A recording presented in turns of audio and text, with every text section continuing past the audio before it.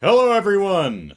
Welcome to Molehill Mountain, episode 414! Chaos says, Grateful I'm not deaf, went to an Oasis concert and forgot my earplugs. Yeah, left them in the hotel room. Yeah, live music can be very loud.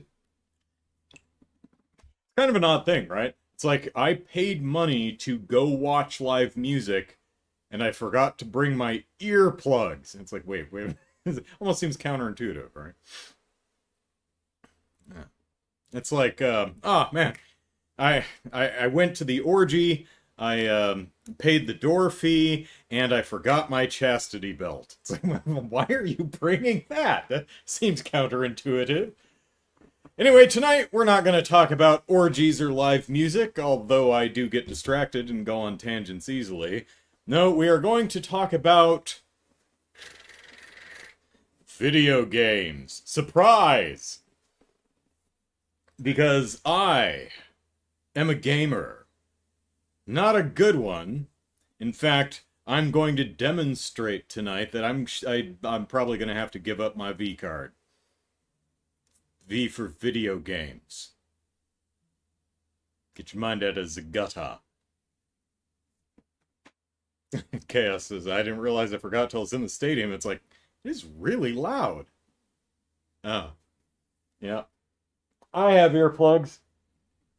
They're for sleeping. In case, my neighbors are quiet, so that's never been a problem, but, really, it's only for, like, if someone in the neighborhood is doing early morning construction or something, or yard work, leaf blowers, neighborhood dog gets barky. Never know. Anyway, I have played in my years many a game. I have liked many a game. I have not liked many a game. And some of the many of games that I've not liked are games that everyone else likes. Which means I'm wrong. To not like them. It makes me a bad gamer. So tonight, I'm going to go over a bunch of games that are almost universally lauded, held up on the highest of high pedestals. And I just don't like them. And I will try to articulate why I don't like them, even though some of the older titles are going to be more difficult for me to articulate why I don't like them, because for me, when I don't like something, my brain just flushes it down the drain. It's hard for me to talk about media or anything I saw or listened to or read and ended up not liking, because it's like, oh, you didn't like that? Nah. Why? I don't remember. So, first, some of these stories I'm sure older viewers, longtime viewers will probably have heard before. Let's start with Ico. I would say that Shadow of the Colossus is probably held in higher regard of the two, but Ico certainly no slouch even in comparison. Um, I like a lot about Ico.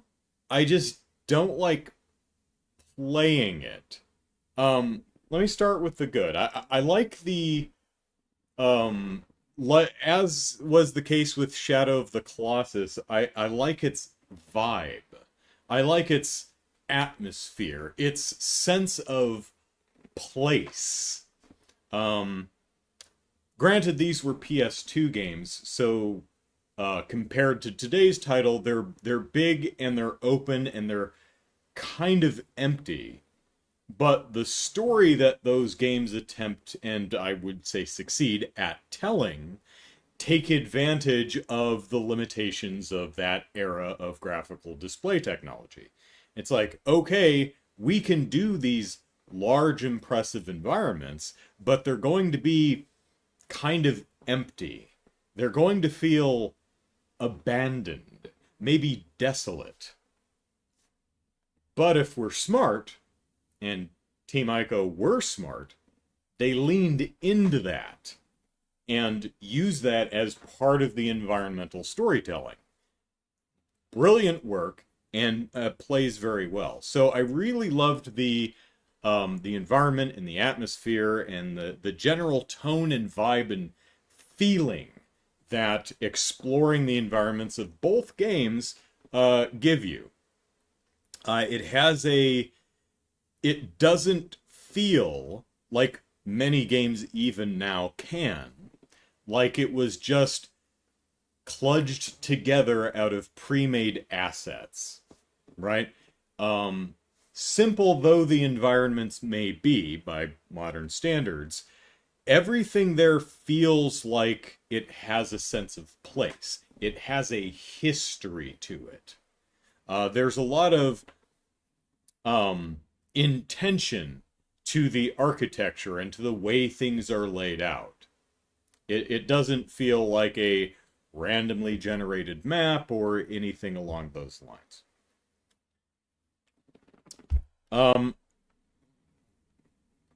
I think I'm a fan of the modern Tomb Raider and Prince of Persia games. So I like games where I'm in an environment and it's up to me to clamber all over the environment to find my way out.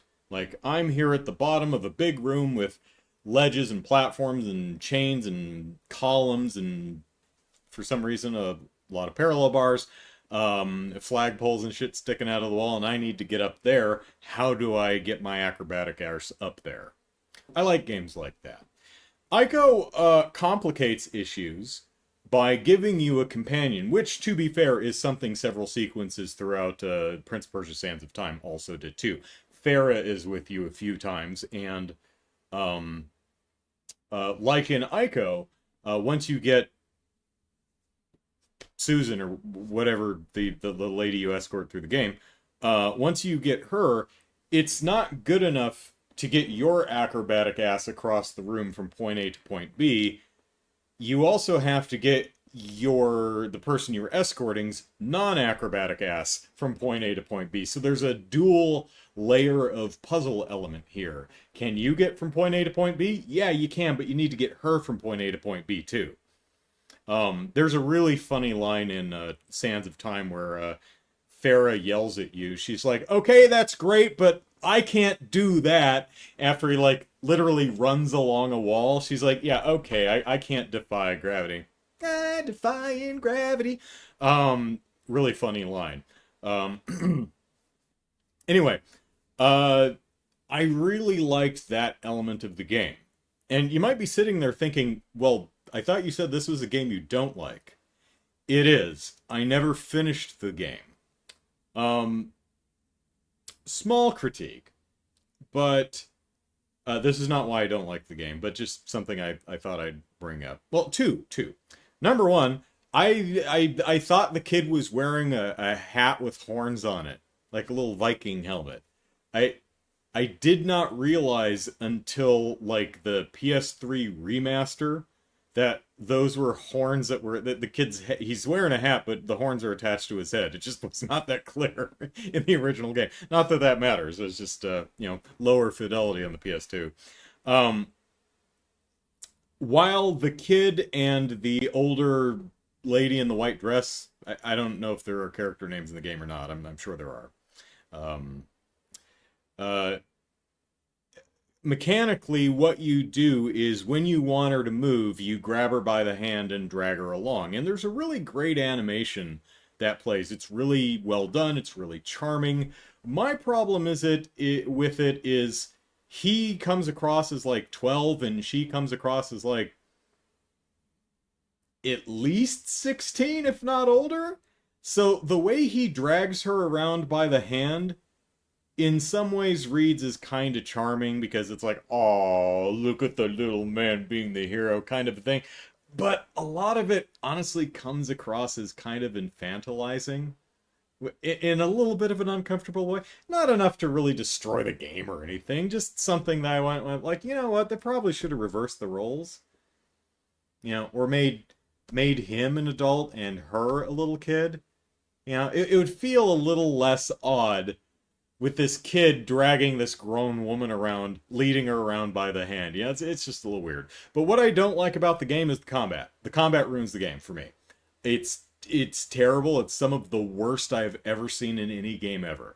So, like Prince of Persia: Sands of Time, between the acrobatic sections, there are enemies that pop up, and you have to fight them. And hopefully you've got a good combat system. Now, Prince of Persia: Sands of Time, I thought the combat system was nifty, so I didn't have a problem with the little environmental navigation breaks to beat the snot out of a bunch of gooey monsters.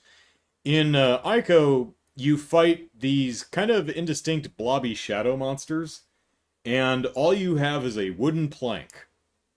And you just whack them upside the head, and they take they are damaged sponges. It takes an enormous number of smacks upside the head to get them to go away. And they're trying to kidnap the lady and drag her through a portal into the underworld or something. And if they do, you have to start over. And it's really annoying. I did not play through the entire game, but so far as I saw, you never upgrade your weapon, you never get new weapons, you don't learn new, stronger attacks. You've got one basic smack it with a board thing, and sometimes the gal in the white dress will go, ah! And you're like, okay, where is she? Fixed camera angle, so it's really difficult to spot her. And it's like, I guess she's down there somewhere, so you go running after her. By the time you get there, the shadow monsters have got her. It's fighting things in that game sucks. Sucks so bad that, like, as much praise as I heaped on the rest of the game, I just didn't want to. After a while, it's like, I don't want to play this. This is genuinely not fun. So, yeah. While there's a lot to like about Ico, overall, wasn't for me. And I personally felt that the combat was just so unbelievably bad. It honestly just ruined the game for me. And I'll be honest, I don't really like Shadow of the Colossus either. I have a lot of the same praise statements for the game as I do for Ico. Pretty much all of the praise statements I levied against Ico, I would levy against Shadow of the Colossus. But for Shadow of the Colossus, I didn't find the combat unfun. In fact, I found the Colossi battles quite entertaining. Maybe a little too easy once you figured out what you're supposed to do. Most of the battles are, how do I get on the sucker? Once you figure that out, climb on, stab it in the glowy spot. Your grip strength meter there is a grip strength meter, but it is exceptionally generous. I don't know that I ever ran out of grip strength. I don't know I ever fell off of something because I ran out of grip strength. I probably wouldn't like Last Guardian either. Yeah, I don't think I would, although I do... everything I like about Ico and Shadow of the Colossus, I would probably like about The Last Guardian too. But Last Guardian, the big gimmick of that game is you have your big bird dog thing, and you tell it to do things so that you can, I need you to sit or stay or come over here or pick up the barrel or barf on something or whatever all it does. And you give the dog bird thing commands, and the developers bragged about this. Like a real dog, sometimes it just doesn't listen to you. Okay, number one, I don't believe you. That sounds like poor AI programming to me. That sounds like an excuse, but even if it's not, number two, that sounds terrible. I bet speedrunners hate that. Yeah. When I press the come here button, I expect you to come here. It's a video game. When I press the button to do the thing, I expect the thing to happen. But Shadow of the Colossus while the Colossus battles are very well thought out, well designed, and very entertaining, uh, there's only a handful of things that don't work. Uh, like the kind of spidery one in the place with the geysers. That one, to me, granted, I was trying to play it after 16 hours of no sleep or something. Uh, that one was not clear how to. Like, I knew what I needed to do. You have to lure it over a geyser to knock it over. I could not figure. It took me a long time to figure out exactly what I needed to do to get it to move in the way I wanted it to. The desert flying one, the hit detection on shooting it in its sacks, very very bad, to the point where I was like, am I doing something wrong? Is this not the solution? But most of it's fine. It's the rest of the game. There isn't any. The whole game is structured about, okay, go out and find the Colossus. Is there a challenge to finding the Colossus? Nope. Hold your sword up and it'll just point where the Colossus is. Are there any obstacles? Not really. There's a couple ledges that you need to climb over. Are there any things to see or do or visit along the way? Not really. You could shoot and collect lizards. Apparently that increases your grip strength, but not by any noticeable amount. You can find and eat fruit from various trees, and I think that's supposed to up your health gauge, but again, you can fall off a very tall Colossus several times and survive, so doesn't seem to matter. Like, there's just nothing to do. It's really boring. I mean, it's gorgeous in its own right. It's just exceptionally dull to play in. Because there's nothing to do. In fact, I got lost once because I was like, I held up my sword and it shined a thing, and I'm like, okay, it can't just be follow it straight over there, right? I'm looking around, I'm like, no, I probably have to walk all the way around this gorge and then make my way across this thing. No, it's just go that way. I like made it more complicated than it needed to be. Um, so yeah, I actually I finished Shadow of the Colossus. I didn't hate the game or anything, but I liked the boss battles, but man, everything else I just found exceptionally dull. There's no game there. There's no game in any of the rest of the game. It would be like a racing game with no turns. It's just a straight line. Can you imagine like a Mario Kart where you had to drive to each track? Oh, that's Mario Kart World? Oh, okay.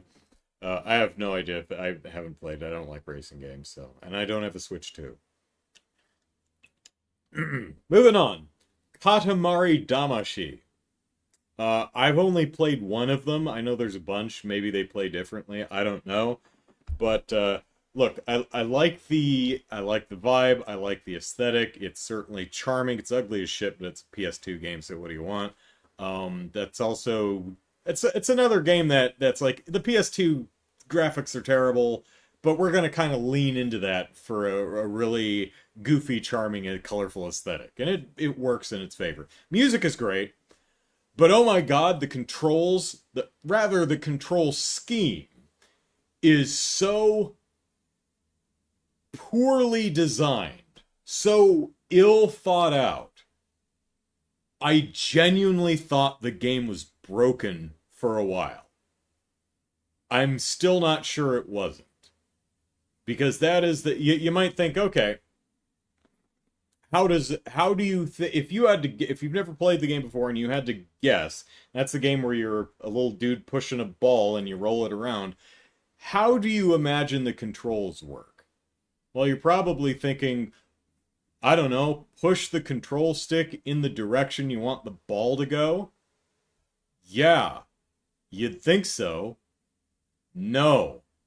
It involves both sticks somehow. I'm still honestly not sure how the game controls. I do not understand the control scheme at all. I don't. It is the most unintuitive control scheme for the simplest. This is a game where it's like, this is like pinball. You hit a button, the paddle, the flippers flip. That's it. That's the entire interaction. It's like, oh, you roll a ball over stuff. Thumbstick. That's it. No, for some reason it's both thumbsticks, and it makes absolutely no sense. I still have genuinely no idea how it works. I found it incredibly frustrating, and I also found the game just exceedingly boring, because it's just, you pick up the small things, and then you pick up the slightly larger things, and then you pick up the slightly larger things until you're done. Now, granted, I only played a few levels. Maybe it becomes, a challenge is introduced some way, somehow. But I have the same problem with, what's the one with the hole? Donut County, I think is what it's called.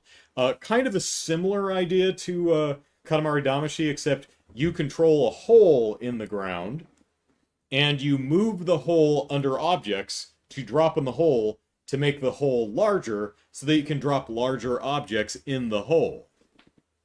And it's like, oh, this is an interesting puzzle game. No, it's not.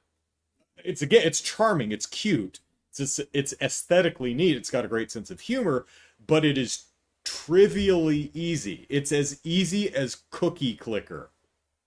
You move the hole under the small objects. Then you move the hole under the slightly larger objects. And so on and so forth until you complete the stage. As I recall, there's like one puzzle in the entire game where you move the hole under a campfire. And so smoke is now emitting from your hole. Might want to get that looked at. But now that smoke is being emitted from your hole, since you swallowed a campfire, you move the hole under, I don't know, a weather vane or a hot air balloon or something to affect the environment to do something that allows you to do something else. I was like, ooh, that's a really cool idea. Ooh, I can't wait to see what other clever little things they have in store. They had none. Maybe there was like one or two other puzzles I'm like forgetting, but for the most part, it was just swallow the small things, then the slightly larger things. Same thing with Katamari Damacy. Again, to be fair, I only played like the first 3 levels. Maybe the first 3 levels are just tutorials. They're probably we're not putting any real complicated puzzles or anything. We want you to get used to the really terrible and poorly thought out crime against video game level controls. But I never made it that far because I didn't want to, because I didn't like the controls and I didn't find the game that fun. Cool music though.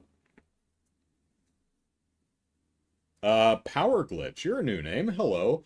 Dull the music? No, definitely not the music. No, I don't find, if we're talking about none of the games we've talked about so far I thought had dull music. I would assume you're talking about Katamari Damacy. No, I found playing the game very dull. Because completing the challenges was trivially easy. At least the opening levels of the game, I didn't play that far. Music's great. I like the music. Thought the music was very cool. Plenty of PS2 games that look great. Katamari just isn't one of them. Yeah, even by PS2 standards, it doesn't look really that great. But, I mean, it is putting a lot of crap on the screen, and it's leaning into its blocky, ill-defined style. So it kind of works. Coupled with the soundtrack, I think it works aesthetically. But I don't know what they were thinking about with those controls. To me, it's like the Resident Evil tank controls, which suck. And I've always been annoyed by the developers or people who don't own stock in Capcom just rushing up to, just willing to take a bullet for them. I will fight anyone who criticizes a game that I like, which is just kind of weird to me, but whatever. It's like, no, the game wouldn't be scary if the controls didn't suck. It's like, yeah, it would. Well, I mean, if the controls were good, you could just run around the monsters. Cool. Make them faster, make you slower, give them the ability to juke or reach out to the side. This is not this is not rocket science. This is not hard. The controls just suck.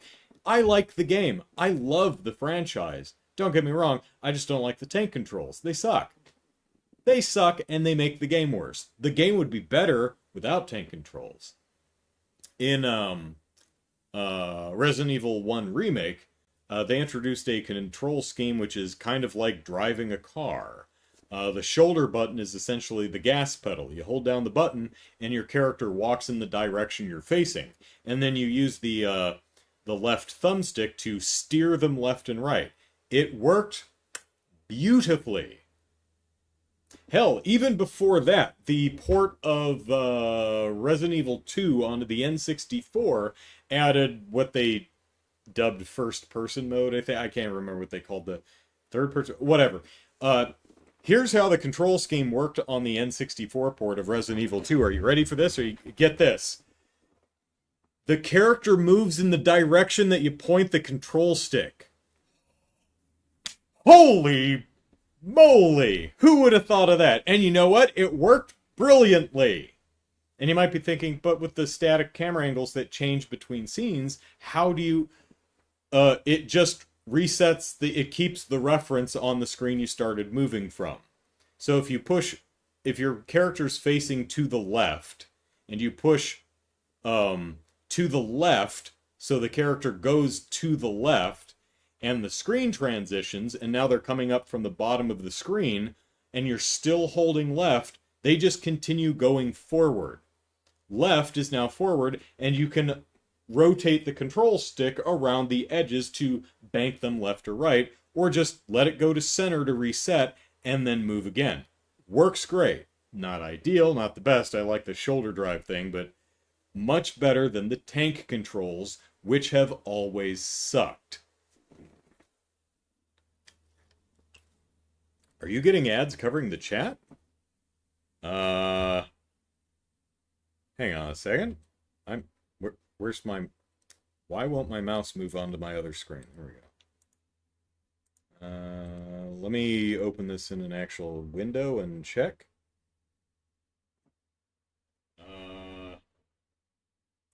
No. Well, let me...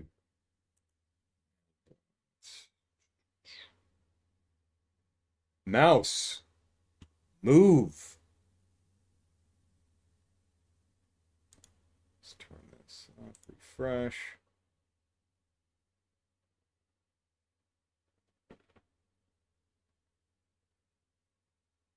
Skip ad.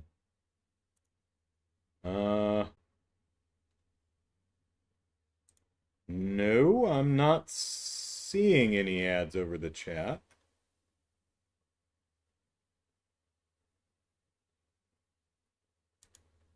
So, I'm not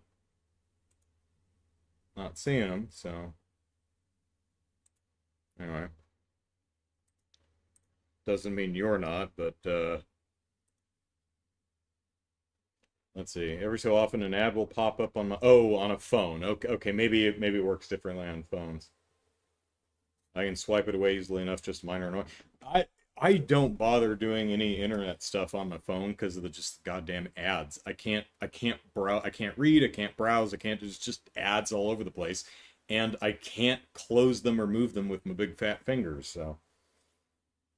Also, I don't want, I mean, if I'm ever like, I'm rarely like anywhere where I'm just like out and not doing something, so rarely ever have opportunity, unless I'm like picking up sushi or something like that. I'm just waiting for my order. Anyway, Katamari Damacy, there we go. Next, Muramasa, the Demon Blade. I've tried to play that game like 3 times over the last 2 decades. I don't like it. I think it's gorgeous, but I don't like playing the game. I've tried both characters, and I just really don't like, I don't find the game fun. First of all, I really hate the push up to jump thing. But even that aside, I just find the combat thoroughly unsatisfying, and I'm not entirely sure why. But I have tried to play this game multiple times over the years, and each time I last about an hour and a half, 2 hours, I'm like, I'm just not having fun. I don't like this gorgeous game. It's very pretty, but I just do not like playing it. Oh well. Um, Metal Arms, a glitch in the system. This was a game from the GameCube era, and kind of came out of nowhere. It's just one of those mid-tier studio double A, if you will, games. About a little cute robot dude who runs around. It's a action platformer adventure kind of a game, and it is cute. I like the design, and I don't recall there actually being anything wrong with it per se. I just didn't find it fun to play. I don't like I barely have any memories of the game at all because it was just bland and boring to me. I mean, aesthetically cute, I just didn't find it any fun to play at all. So I don't really have much to say about that one other than I was one of the few people at the time who just didn't like, because the only reason I bought the game is everyone loved it. And I was like, really? Really? Okay, yeah, sure, I'll give it a try. Why not? And I bought it and I gave it a try, and I was like, I am not enjoying this game at all. I don't think it's a bad game. I just didn't like it. Oh well.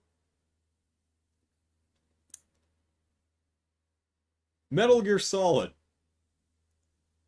I don't really dislike Metal Gear Solid. I just don't like Metal Gear Solid.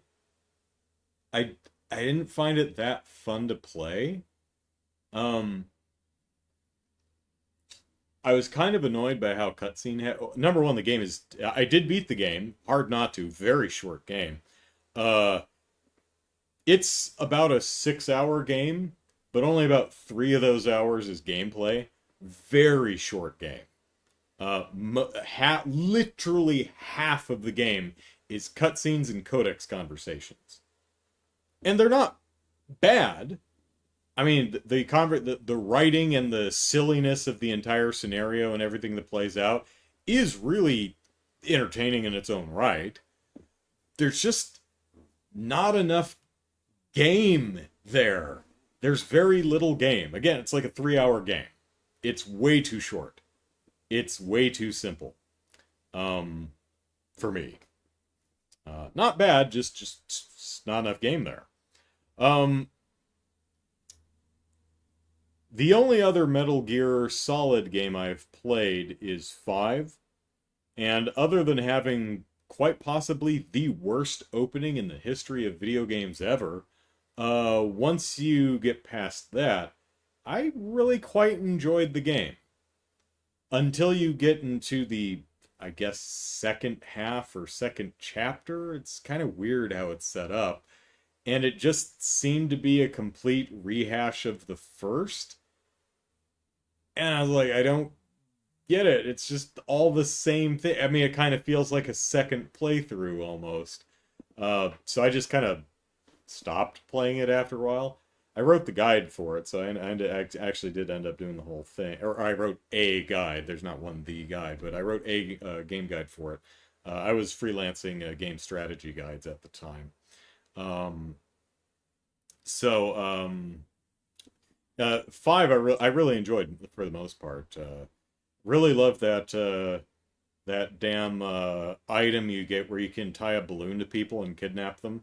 That's hilarious to me. It's quiet never joined my team though. I mean, why would she? I had an awesome dog, and she shot my horse. She's actually the only person in the entire game that I killed because she shot my horse. That ain't gonna fly. Um, I was like, what do I need her for? She's the worst sniper in the world. I mean, despite her name, she's very noisy and gives away her position.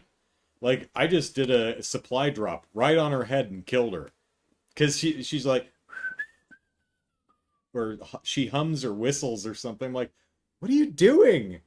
I mean, I guess it would be really frustrating if I couldn't figure out where the hell she was, but um, from my understanding, she's like a big part of the game, and she's one of the three companions. You get horse, dog, and quiet. I killed her, and I never redid that mission to not kill her, so I have no idea how she plays throughout the rest of the game. I don't know what I would assume she snipes people for you, but I don't know. As I mentioned, I don't kill anybody in those games. Uh, one of my favorite memories is there's a big base on one of the maps, and I spent an entire in-game day meticulously working my way from one end of the base to the other, uh, kidnapping every single person in the base. There was nobody left by the time I was done. Took an entire day. I didn't raise any alarms. No one ever spotted me, and I kidnapped every single person. It was a ghost town by the time I was done. I had a lot of fun with that game. Hollow Knight just didn't do it for me. It's another. It's a gorgeous game. It plays well. It's got a lot of nice ideas. One of the difficulties for me is it kind of starts off on the wrong foot. It's one of those games that really wants to not hold your hand and not signpost anything, right? It doesn't want to lead you through a narrative. It wants to plop you in the world and let you run free.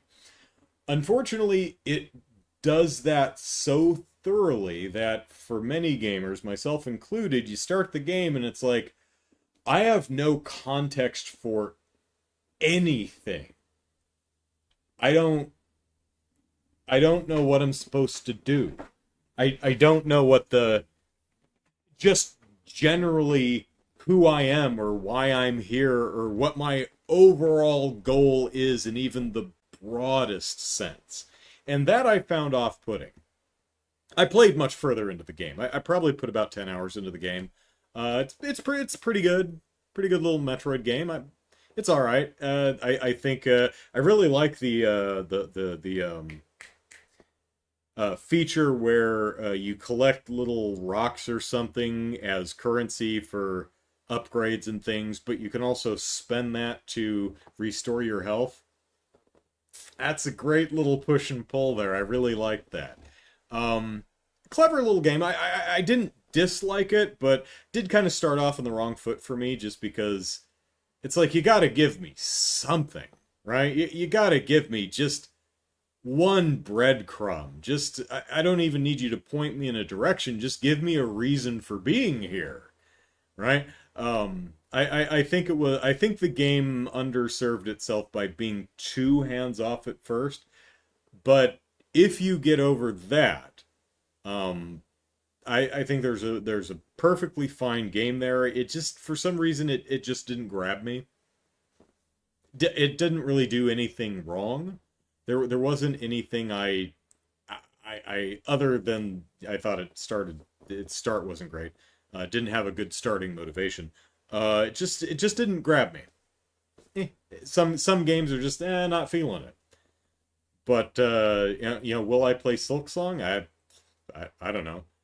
I actually looked up out of curiosity, and it's only $20. I'm like, really? I was kind of wouldn't have been surprised if it was a full price game, but hey, I don't know. Maybe I'll pick it up at some point. Who knows? Might make a good yeah. So I take it you were not excited for Silksong? No, not excited for, but not like anticipating. Yeah, it's like I'm happy. People have been every single digital games press event, every Games Summerfest or Sony State of Play or Nintendo Direct or the Game Awards or whatever, you'd have a bunch of people going, "Are we gonna get Silksong stuff? Is Silksong gonna be there?" So I'm glad that the game finally came out and that people are. I hope they're enjoying it because it's been out for 2 days now and I have heard no one talk about it at all. It's not to say no one is. I just haven't seen anything on social media yet. It's possible everyone's busy playing the game. It's only been 2 days. So they might all just be busy this weekend playing the game. And that's perfectly fine. I hope everyone who's looking forward to it is loving it. It looks cool. I just Hollow Knight didn't really connect with me, so you know its follow up wasn't really a big draw. But it looks perfectly fine. Maybe I'll play it someday. Here's a big one. Half-Life. I don't like Half-Life. I thought the game was boring as hell. Now, to be fair, when I played it, I only played it for about half an hour, and I wasn't playing it in the best of conditions. I was visiting family or something, and we went. I think I was with my mom, and she was visiting her sister, and they were catching up, and I just, my uncle's like, "Hey, you can go in here and play computer games. I've got Half-Life." I was like, "Oh, I've never played that. I should play that." So, it was as I didn't have the opportunity to sit comfortably and really just relax and let the game unfold. Only had half an hour to play it, but so not the best circumstances to play the game. But I thought the opening was just boring as hell. The game opens with you're on a tram to work, and I don't know how long it is, but it feels like a solid 5 minutes, and there's nothing to do. There is nothing going on. Absolutely not. There's barely anything to look at out the windows. It is incredibly dull. Then you get off the tram, and the next 20 minutes of the game is just kind of wandering around the sterile office building with the scientists, and you talk to people. No one's doing or saying anything that interesting.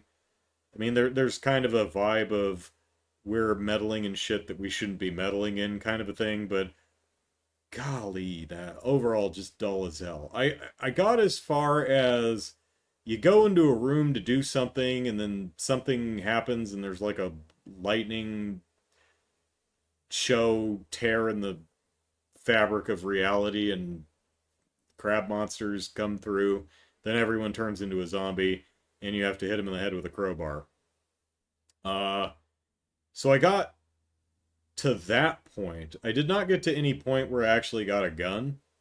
I know there's guns in the game. I didn't get that far. So, to be fair, I didn't really play far enough into the game to really get a good feel for it. I also wasn't experiencing it in the best possible way, as in an unfamiliar room. I knew we'd have to be leaving soon, so, but still, maybe it's just a weak opening, but man, I found the opening half hour or so of Half-Life just oppressively dull. Which is kind of a theme with some of these. It's just I find them very dull. They're just not fun to play. I've never played Half-Life 2, so I don't know. Did they ever come out with Half-Life 3? Yeah, they did. Didn't they do like a Half-Life 3 Chapter 1, and then they just never did any more? Something like that. Then I think they made an Alex first-person VR headset game, if I'm remembering right. Here's another classic that is fondly remembered by people my age and older that I don't like at all. Myst. I thought that game was boring as hell. I didn't like anything about it. I thought it was hard to play and dull and boring and not fun. I didn't have that game because I didn't have a computer when I was a kid, but like one of the neighbor friends did, and I played it at his house. And one thing that I remember finding impressive that you could go into like a library area of the game and pull books off shelves, and that it felt like these were like full books that you could just read the whole book. I mean, it wasn't, but there was a lot there. That I was like, well, that's kind of impressive. I've never seen a game where you can just pull books off a shelf and read them. Caleb, no, not Myst. Please not. I've never played Riven, so yeah, Myst. And what's weird is I love old adventure games. Even the ones that, particularly by today's standards, are very obtuse in their logical thought processes. Like I love the early King's Quest and Space Quest and the general Quest games. But yeah, Myst. Oh my God, just dull and boring. Nothing interesting to look at. Nothing interesting going on. I didn't like the way I recognized the technological leap of these, for the time, beautifully rendered individual scenes, but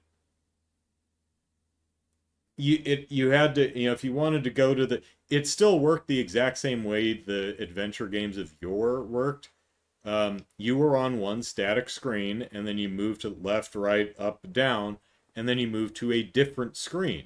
Myst did exactly the same thing, but it was presenting itself as an open 3D environment. But, it's like if you want to walk over there, it just loads in you just kind of warp to the new scene. Rather than the Sierra Quest type games, it felt like you were just walking off one side of the screen and coming back in the other in a new area. They work essentially the same, but the way Myst was presented just didn't do it for me. Regardless of how the fidelity of these 3D textured objects, it's like, oh my gosh, it's a whole area. This isn't like the hand-drawn crap I'm used to seeing from Sierra. This is like a fully CG rendered thing. And go look at pictures now. It's old now, but at the time it was really impressive. But yeah, it was like imagine watching Toy Story, but it's a slideshow. Or you remember those? Well, if you're younger than me, you might not. But the Viewmasters, the little things you put up to your face, and you have a little slide of pictures that you set in the top, and you pull the little lever on the side to advance it. Imagine like watching a early CG film like that. That's kind of what that's kind of like what Myst played like. So, Chaos says, no, it was Half-Life 2 and Half-Life 2 Episode 2 or something. Half-Life 3 never happened. Oh, was it Half-Life 2 got an Episode 2? Oh, okay. Is that what it was? All right. Caleb says, Riven's so good, played it for the first time in 2020 and was blowing it away. But yeah, they remade both Myst and Riven, if I'm not mistaken. Well, if you played in 2020, you must have played the original, because I think the Riven one only was like 2 years ago or something like that. I don't remember. But I've not played Riven, so. Here's another game that I just wasn't really impressed by. Halo. I I never got the big whoop about Halo. There's nothing wrong with Halo. It's a perfectly fine video game. I played Halo very soon after it first came out. I first played it at a retail store on one of the demo kiosks, and then a friend had it, and I played it. Played most of the game with him. Uh, Kind of annoyed by how like the second half of the game is just you walk in and the second half of the game's walking out again. It's like, well, it's one way to reuse assets. But I remember thinking, I saw the movie Gladiator in the theater when it came out. Saw it with my sister and my grandmother. And I remember clearly walking out of the theater, and we were in the parking lot walking towards the car. And Grandma or Kelly, or one of the two, says, "So what'd you think?" And I said, it's no best picture or anything, but I liked it. And then it won Best Picture. And that's when I stopped watching the Oscars. That was 25 years ago. That's kind of how I felt about Halo when I first played it. I'm like, it's all right. It's a perfectly serviceable first-person shooter. It's fine. It is a perfectly average, does nothing particularly special. I mean, it looks nice on the new at the time hardware, but it's just a basic ass first-person shooter. It's completely fine. It's a perfectly serviceable shooter. It's fine. And then it became an absolute friggin' juggernaut, and I could not understand why. And I'm like, really? And I went over to a friend's house and I played most of the game. I'm like, I don't get it. I don't get why this is so popular. I don't have a problem with it being popular. I don't begrudge its popularity or anything. I just felt kind of left out. I'm like, it's so weird when you experience something you're like, oh, that's it's fine. It's perfectly fine, perfectly serviceable little thing, and then it blows up and becomes an absolute cultural juggernaut, and you're like, wait, Halo? Really? Are we thinking about the same Halo? Is that the same Halo that I played? Because I thought it was just a perfectly serviceable first-person shooter. Again, looked really nice because it was on new hardware at the time, but I don't know. I thought it was just kind of generic. I thought the character design was boring as shit. I thought the characters were bland. I thought the story was derivative. I mean, fine. You're a generic actiony guy with the lamest name, Master Chief. I'm like, oh my god, that's embarrassingly stupid. And I remember joking years ago. I'm like, I mean, that's like having a badass protagonist and naming him John. And then someone told me it's like, you know, Master Chief's name is John, right? I'm like, are you fucking kidding me? Maybe it is. I actually don't know, but I heard Master Chief's name is John, and if that's true, holy shit. Master Chief is just the dumbest damn name I have ever heard. The character design is bland, the world is boring, the story is dull and rote and tropey and perfectly serviceable because tropes are tropes for a reason. It's power armored army guy, the best of the best, goes after alien invasion. It's fine. It's not bad. It's just average. It's run of the mill. It's perfectly serviceable, and it became this huge thing, and I was like, oh, well, I feel left out because I thought it was just okay. Let's see. Halo 3 and ODST are quite good. I've only ever played the original. I have not played any of the others. So, yeah, you know. And then Microsoft ruined it. Yeah, the new one, I don't remember if it was called Legacy or 5 or whatever. I watched some footage of it. I'm like, that just looks bad. And reviews weren't terribly positive, but again, I haven't played it, so. Master Chief is the rank, and yes, his name is John. Okay. Yeah, but that just sounds dumb. To my ears, it's like, what are we gonna name our badass super soldier? We're gonna name him Master Chief. I'm like, oh god, that's stupid. But his real name is John. Of course it is. And he's got an AI.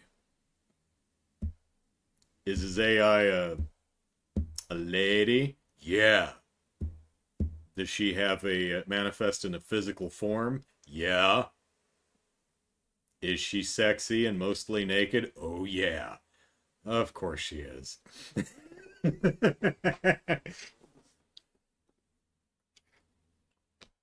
She doesn't present as like 12, does she? No! I mean, technically, as an AI, she's 2, but yeah. Chaos says the most recent one is Halo Infinite. That's what it was. Thank you. 4, 5, and Infinite aren't bad, but they are just okay. Oh, well, I mean, at least they're not bad.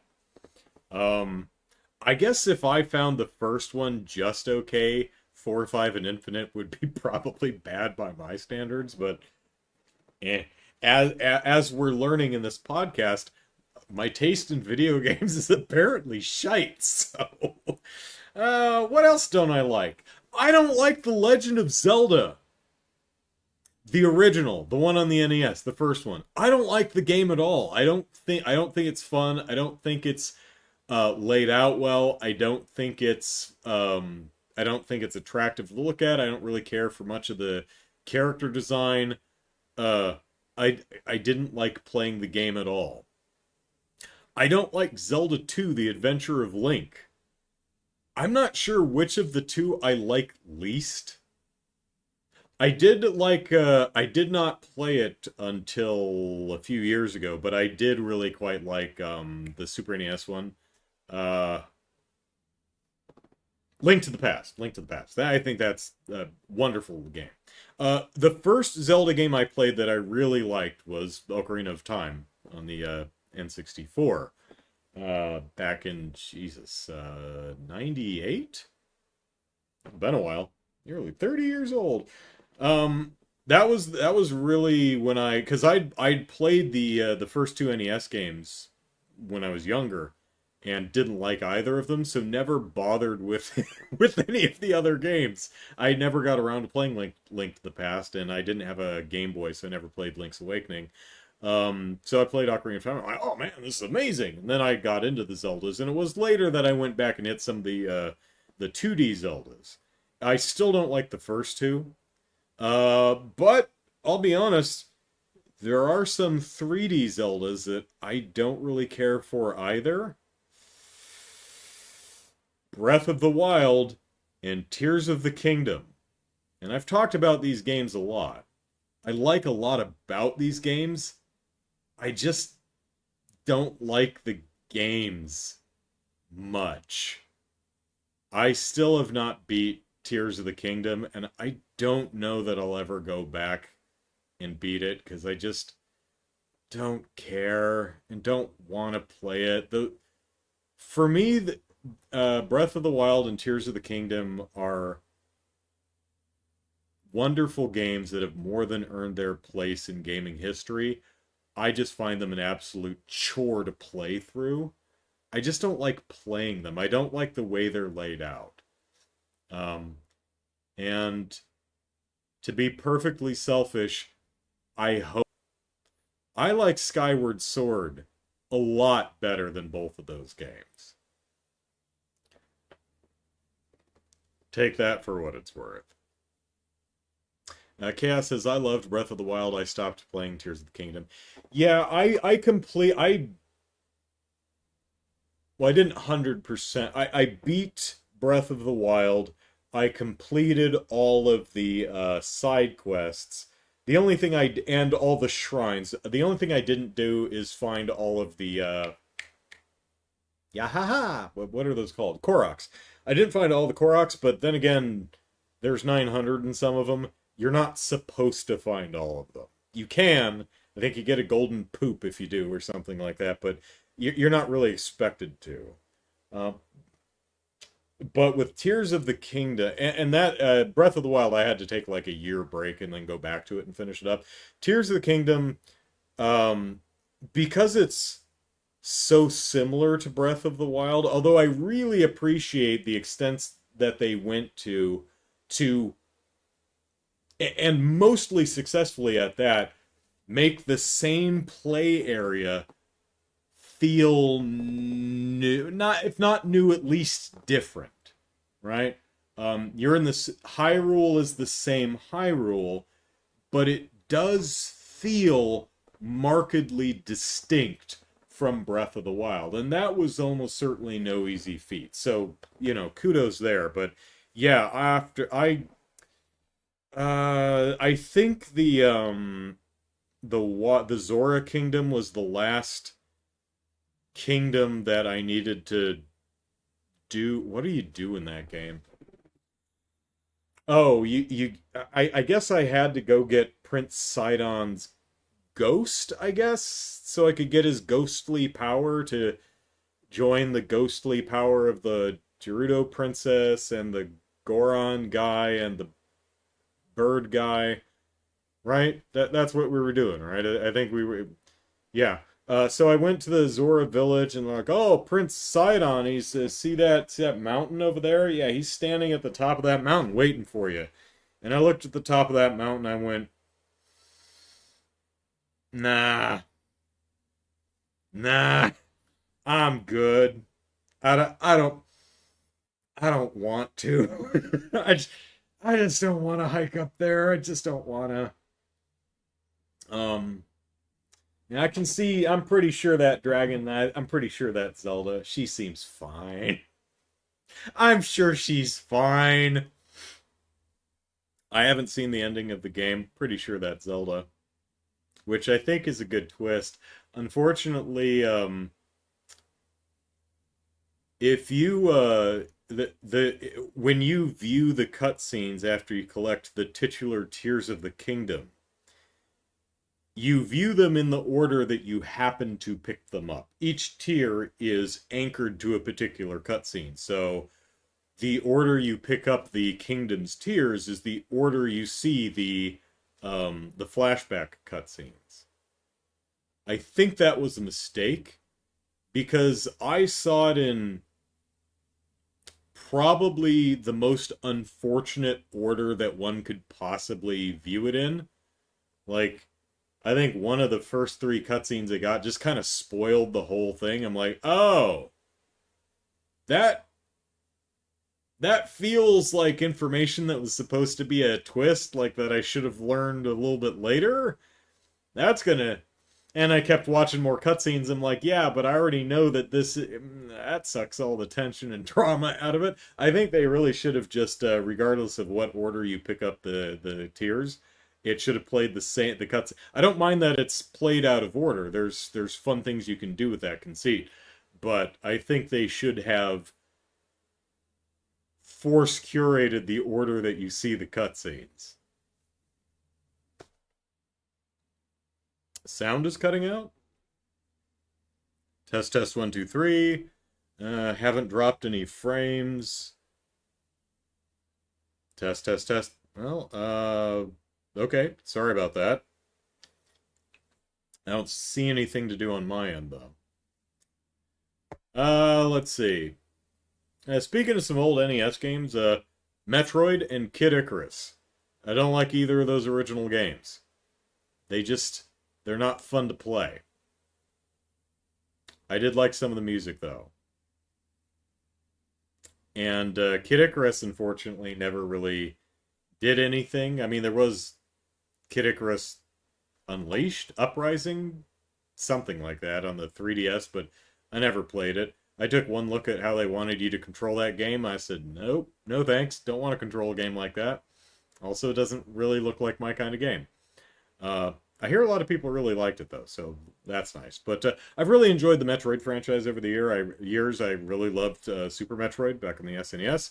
I thought the Prime games were Prime. I thought I liked Other M. I think the story is bad and the characters are also bad. But I thought Other M was fun to play. I thought gameplay wise it worked. Oh, the control scheme. It works. It is not how I want to play a game. That was the one where you do I have a Wii remote? No, I don't. Not near me.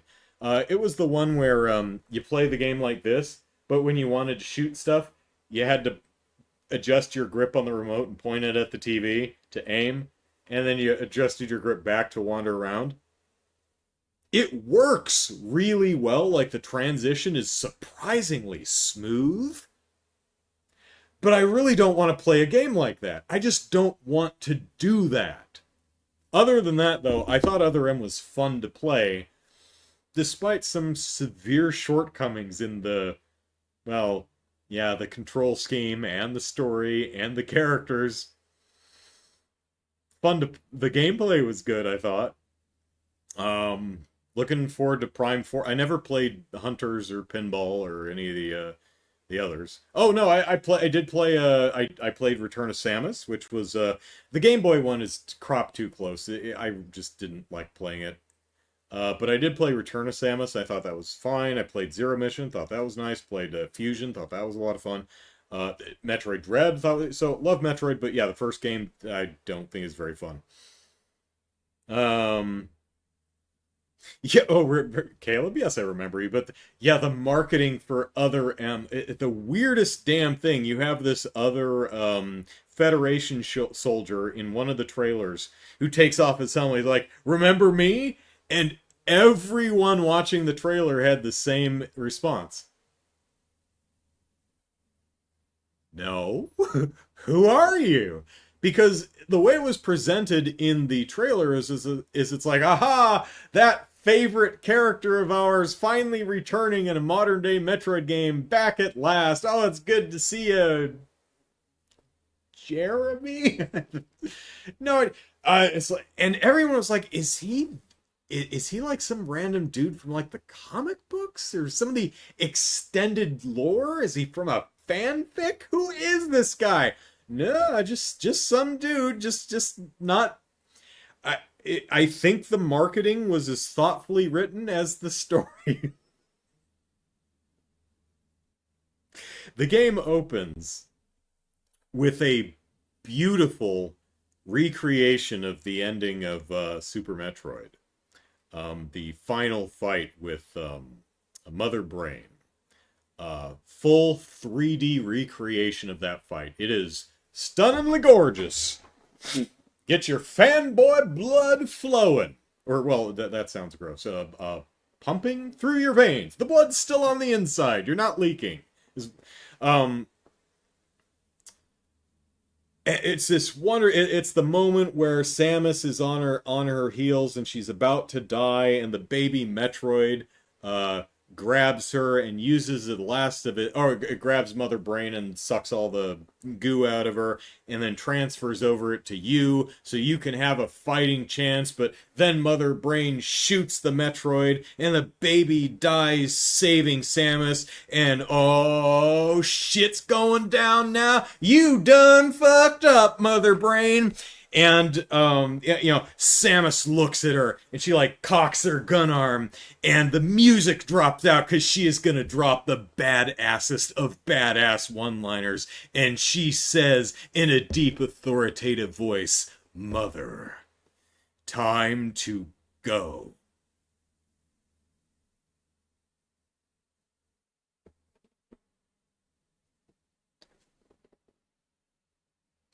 And all that goodwill, all that excitement, all the fanboy juices that were excitedly flowing through the veins just settled down.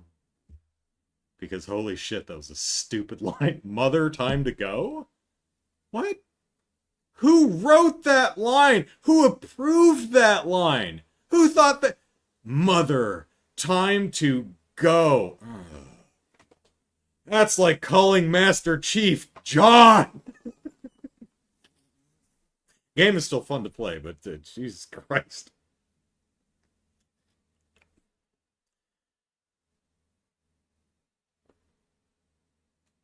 Caleb says, I appreciate his lasting impact with just those two words.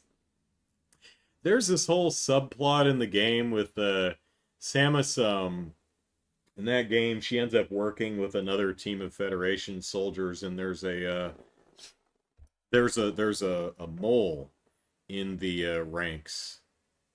And Samus, I think God, it's so stupid. She's like, I've decided to call this person the mole. I think she literally names the mole the mole, and it's said like this is. But I just came up with that myself, and it's so embarrassingly stupid.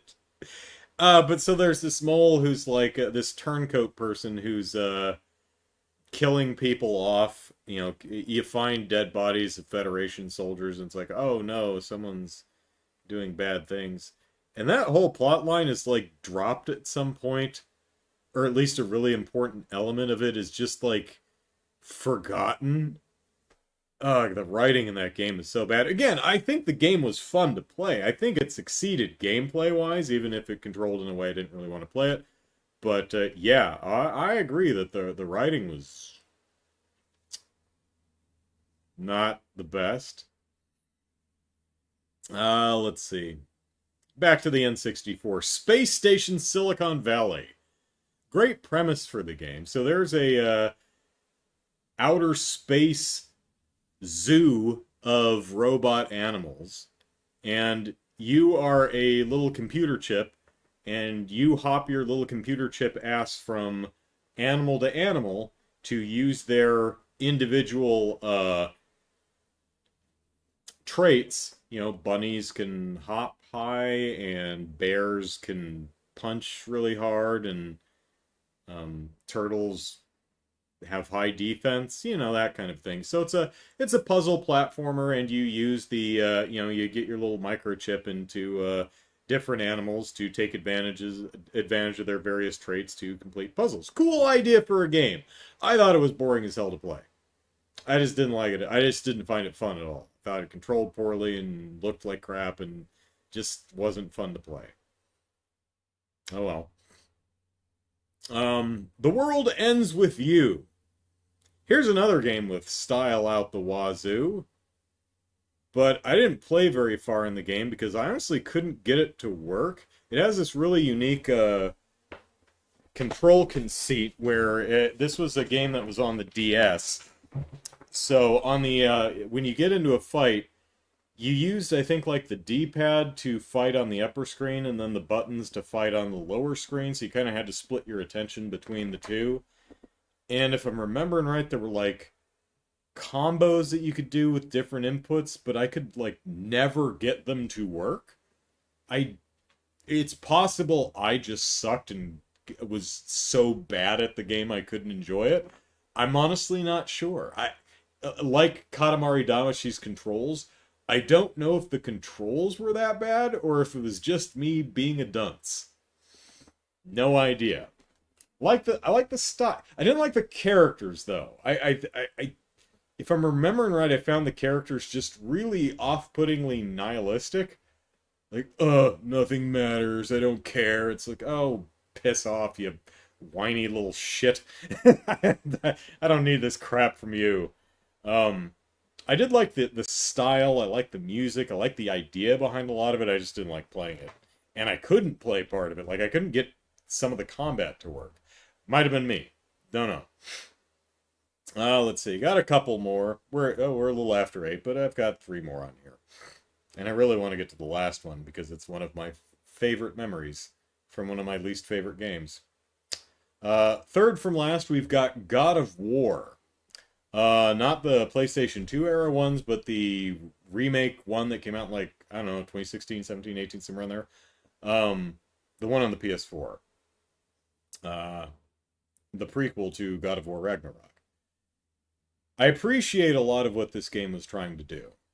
Like, I really liked this conceit of the one-take video game. You know how in movies you'll often have the oneer, where you have this extended sequence, usually an action sequence, where it's all done, or at least presented as if it's done in one 10-minute long take. There's no cuts, right?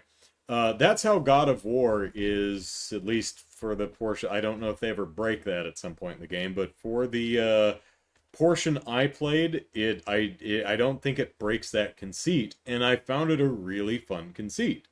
And it never got in its own way. It never. I don't believe I ever got to a point where I was like, you know what, conceit be damned, it would be nice if you would just cut to the next area so I don't have to walk there because this is really boring. I thought the story was fine. I thought the characters were fine. I thought the relationship between the characters was fine. I thought the combat was fun enough. But it's a game that just broadly didn't really grab me. I like the... I really like the overarching low stakes of the premise. Mom died, and we're going to take her ashes and spread them over the peak of Mount Dead Mom. So Kratos and boy, they take Mama's ashes and they start walking towards Mount Dead Mom, and I like that as the arc of the game. I like that that's the motivation. We're just going to go spread Mom's ashes in a nice place. But shit just keeps happening like, Kratos is just a damn trouble magnet. Some scrawny god asshole just descends from on high to pick a fight with him for reasons that were not established in the portion of the game that I played. And everywhere he goes, everything tries to kill him. Nobody likes this guy. I haven't played any of the God of War games. I hear Kratos has been a right bastard, so it's probably not surprising. But I really genuinely find that kind of a fun idea for a game. It's just this dad who's trying to, his wife died. He's left his past behind. He started a family. The wife dies, and he's just gonna spread her damn ashes somewhere. But his past keeps following him around wherever he goes. I think that's a great premise for a game. So I got to the point where you get to Mount Dead Mom, and there's this black mist belching out of the mouth of a cave halfway down Mount Dead Mom, and for some reason it's like, oh, we can't pass that. We're gonna have to play a lot more game. We're gonna have to go back the way we came and like go to that place in the middle of the lake that like spins and goes to a different realm to get some item that we need to counteract the black goo that's being belched out of the mountain so that we can actually hike up to the right spot and sprinkle Mom's ashes. And I was like, nah, I'm not gonna do that. Nah, I'm done. So my headcanon is they just walked around the black belching mist, and so in my headcanon, Kratos and boy just walked up to the mountain. They're like, oh, black mist. Well, we could just walk around that. That's fine. And then they dumped Mom's ashes and they went home. Really lovely game. I don't know what happens after that point. I don't know how far into the game that is, honestly. I don't know how much more game there was after that, but I got there, I'm like, I'm at Mount Dead Mom. I'm done. I don't want to go back and do more stuff. I'm tired. We're done. We got here. Or my headcanon is like, you know what? This is close enough. Dump the ashes. We're going home. It's fine. It's close enough. We're at the foot of Mount Dead Mom. That's good enough. I think Mrs. Kratos would be fine right here. This is good. Second to last is a more recent game, Hi-Fi Rush. Oh man, I was looking forward to this because I love music, and I love it when music, like the beat of the music, is incorporated into the video game. Like, you're in a factory and there's pistons and steam emitting from pipes, but it's all synced to the beat of the music. Oh, I love that. And everyone loved this game, and Microsoft loved that everyone loved this game, and then they shit-canned everyone who worked at the studio and closed it, so we'll never get another one. Thanks, Microsoft. I guess making a popular, well-selling game just isn't good enough. So I feel kind of bad for not liking the game, but yeah. I think the animation is really impressive. I think I love the design of it, but man, I just did not enjoy playing the game. It's just it sucks. I was really looking forward to that one, and I put about 5-6 hours into it, and I was just like, nope, I just don't enjoy playing this, so I stopped. Oh well. And lastly, a game that I do not like, that everyone seems to love. Journey. I find this game dull as dirt. I really don't like Journey at all. Boring as hell. You just walk to the mountain. Are there any puzzles? Nope. Is there anything to see or do? Nope. I mean, you can collect little tatters of cloth and make your scarf longer, I guess, but nope, it's just walk from point A to point B. That's about it. Really, really boring. Chaos says the studio Tango Gameworks, that was the Hi-Fi Rush studio, yeah, was acquired by another publisher, and I believe that included the IP for Hi-Fi Rush. Oh, interesting. That I did not hear. Well, good on them if the team is still there.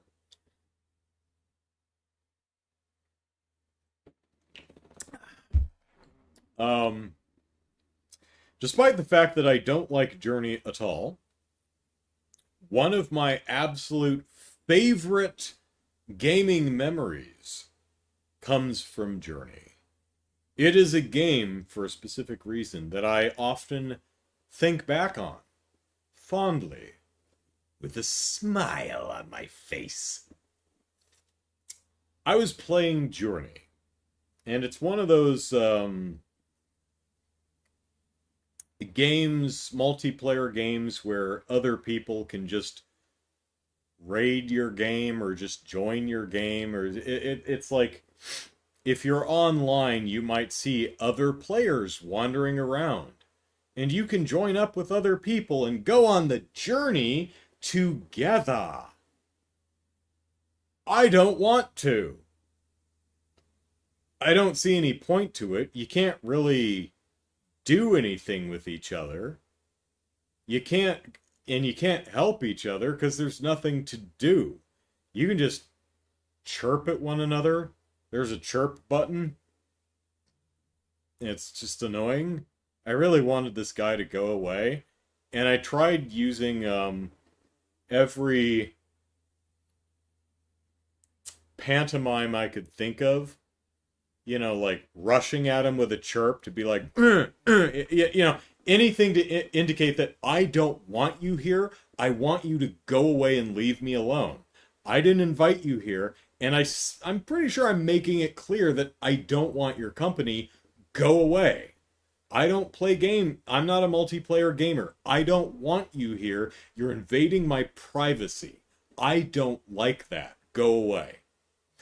And I was at a snowy part of the game, walking up a snowy covered part of a mountain.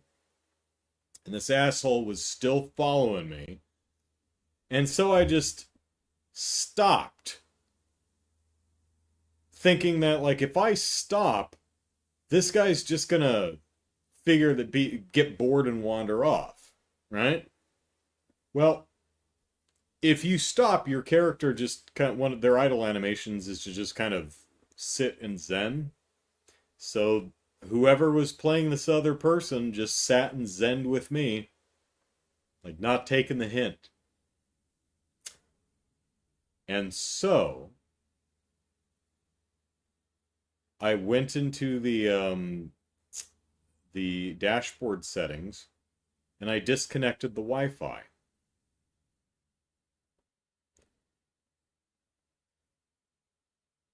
And I tell you, this is one of my favorite memories to revisit. It makes me utterly gleeful because I have picture perfect recall of this unwanted guest just fading out of existence. That felt good. Now, I don't like the game, but it felt really good to pull the internet and watch this asshole just fade into nothingness. Like I Thanos snapped him out of existence. That made me happy. That pleased me. And then I continued on up the mountain to the end of the game where you, I think, just migrate south for the winter with a bunch of other scarf people. I don't even know. Boring ass game. It's nothing to do. I appreciate its minimalist aesthetic. I appreciate it doing something unique. I just don't like what it was doing because it bored the shit out of me.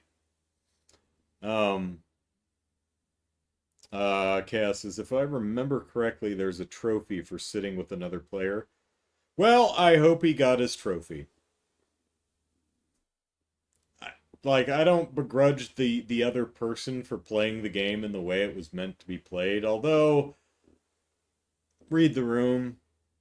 Like, if you find another journeyman, and it's really clear that they're not looking for a companion, piss off. Just go away.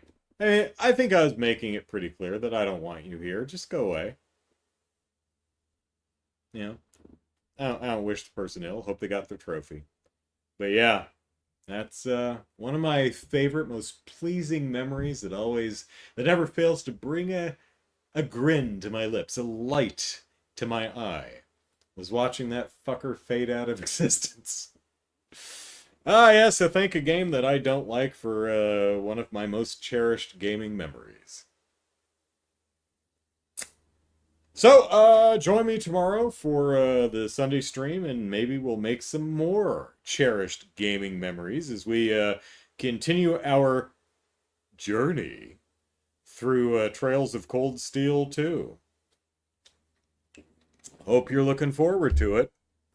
And if you are, then see you tomorrow. Take care, everyone. Bye bye.